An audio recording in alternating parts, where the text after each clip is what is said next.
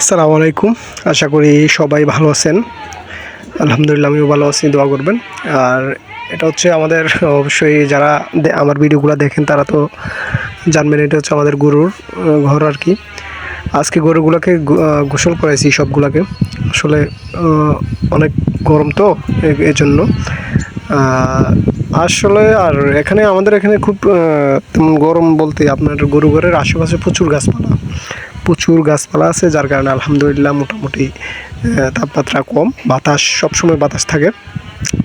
এই জন্য 1-2 দিন পর পর গোসল করাই আর কি, প্রতিদিন করাতে হয় না। আর গরুগুলো আমরা ওই যে গরুর গোবরগুলো সবসময় পরিষ্কার করলেই প্রতিনিয়ত কয়েকবার গরু ঘরে আসা হয়, যাতে গা নষ্ট না হয়, এই আর কি, গোবর যাতে তাদের শরীরে না লাগে যায়। এটা হচ্ছে আমাদের সবচেয়ে বড় গরুটা। এটা আসলে এটা নিয়ে যদি বলতে চাই অনেক কথা, এটা নিয়ে যদি বলতে চাই অনেক কথা। আপনারা কি আসলে আপনাদেরকে বিশ্বাস করাতে পারবো কিনা জানি না। এটা কমে 10 থেকে 12টা বাচ্চা দিছে। কি জানি আপনাদের বিশ্বাস হয় কি না জানি না। এটা আমাদের সবচেয়ে প্রথম, এটা আমাদের ঘরে আসছে, এটা আমাদের প্রথম গরু। এটা থেকে আমরা মাশাআল্লাহ দিলে প্রচুর বাচ্চা পেয়েছি। 10 থেকে 12টা বাচ্চা আপনার খামখেয়ালি কথা না। আপনার এখনও এটার স্ট্রাকচার মাশাআল্লাহ দিলে বডি স্ট্রাকচার খুবই ভালো। এটা এখন 5 মাসের প্রেগনেন্ট, কিন্তু এটার স্ট্রাকচার, বডি স্ট্রাকচার খুবই ভালো, এখন অনেক স্ট্রং আলহামদুলিল্লাহ মাশাআল্লাহ দিলে। এটার জন্য আপনার এটার যে খাদ্য তালিকা, আপনার ভিটামিন কোর্স ইনশাল্লাহ আপনার বাচ্চার 7-8 মাস প্রেগনেন্ট অবস্থায় ভিটামিন কোর্স করায়। তারপর আপনার সবসময় কৃমিনাশক, তারপরে আপনার ঘাস, পর্যাপ্ত পরিমাণে ঘাস আল্লাহর রহমতে যতটুকু পারি যোগান দিই। তারপর এটার দানাদার তো কিছু আছেই, সামান্য অল্প, আমরা বেশি দানাদার দিই না, দেশি গরু আপনার জানেনই, খাদ্য খুব কম দিই। আর সাথে ভুসি, কুড়া এগুলা দিই।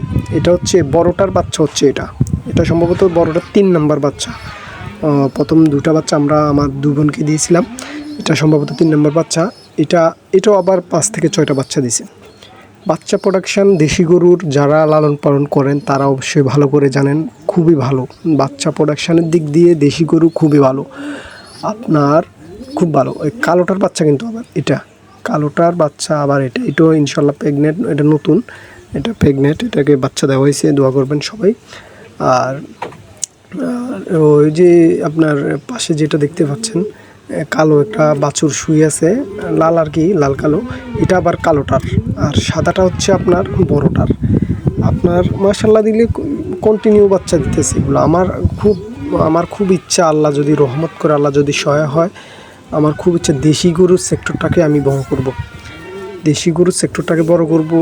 আপনার খুব ইচ্ছা আমার। আসলে দেশি গরু যারা লালন পালন করে তারা জানেন এগুলার বাচ্চা প্রোডাকশান আল্লাহর রহমতে, অশেষ রহমতে, এগুলার আপনার রোগ প্রতিরোধ ক্ষমতা খুবই ভালো, খুব কম। আল্লাহ সহায় হন, আল্লাহ রহমত করলে খুব কম এগুলার রোগ হয়। এগুলা বাছুর, এই কালোটার, এই লালটা, আর সাদাটা হচ্ছে বড়টার। দোয়া করবেন, আমরা প্রত্যেক বছরে আল্লাহর রহমতে বাচ্চা পাই। বাচ্চা প্রোডাকশান খুব ভালো দেশি গরুর আলহামদুলিল্লাহ। আমার খুবই ইচ্ছা দেশি গরুর এই সেক্টরটাকে আমি বড় করব ইনশাআল্লাহ। আল্লাহ যদি সহায় হয় বড় করব, আল্লাহ যদি হয়তো তাই বেদান করেন বড় করব। এগুলো আপনার 3টা এখন প্রেগনেন্ট, আল্লাহর রহমতে দোয়া করবেন। 3টা এখন প্রেগনেন্ট। আর খাদ্য আপনার আমরা সবসময় খের বলি আর কি, আমরা খড় সবসময় ব্যবহার করি। আর কাঁচা ঘাস কিছু আছে, আসলে আমাদের নিজের তেমন জমি নাই, যার কারণে কাঁচা ঘাসটা খুব সমস্যা। তারপরও আমরা মোটামুটি মানে চলে যেটুকু আছে, এই আর কি। আসলে এই সেক্টরটা প্রচুর কষ্ট, আপনারা যারা এই সেক্টরটাতে আছেন জানেন প্রচুর কষ্ট। তারপরে কষ্ট স্বীকার করে আসলে সব কাজেই কষ্ট, পরিশ্রম করতে হবে, এই আর কি। আসলে আপনারা যারা দেশি গরুকে অবহেলা করছেন, আমি বলবো দেশি গরু আপনারা লালন পালন করে দেখতে পারেন। আর এই সেক্টরটাতে আপনারা যারা রাতারাতি সফলতা চাচ্ছেন তাদের জন্য এই সেক্টরটা না। এটা আপনার রাতারাতি সফলতা আসে না, এটা অনেক ধৈর্যের ব্যাপার। হ্যাঁ, আর এই তো ইনশাল্লাহ আশা আছে বড় করবো, সবাই দোয়া করবেন। আর গোসল করেছি ভাই, প্রচুর কষ্ট ভাই, অনেক কষ্ট। আসলে জানেন, যারা এগুলা লালন পালন করে জানেন তো কষ্ট। যে একটা পরিশ্রম ভাই, এটা আপনারা যারা এটার সাথে জড়িত আছেন এই সেক্টরটার সাথে তারাই জানবেন কি যে একটা পরিশ্রম এই বিষয়টা। এই সেক্টরটার অনেক পরিশ্রম, তো আসলে এটাতে সুফল একদিনে আসে না, সফলতা একদিনে আসে না, প্রচুর ধৈর্য ধরতে হয়। ইনশাল্লাহ দোয়া করবেন সে ধৈর্য যাতে ধরতে পারি, এই আর কি। আশা আছে অনেক বড় করবার, আল্লাহ যদি রহমত করে, এই আর কি। তো ঠিক আছে, ভালো থাকবেন। ওকে, আসসালামু আলাইকুম।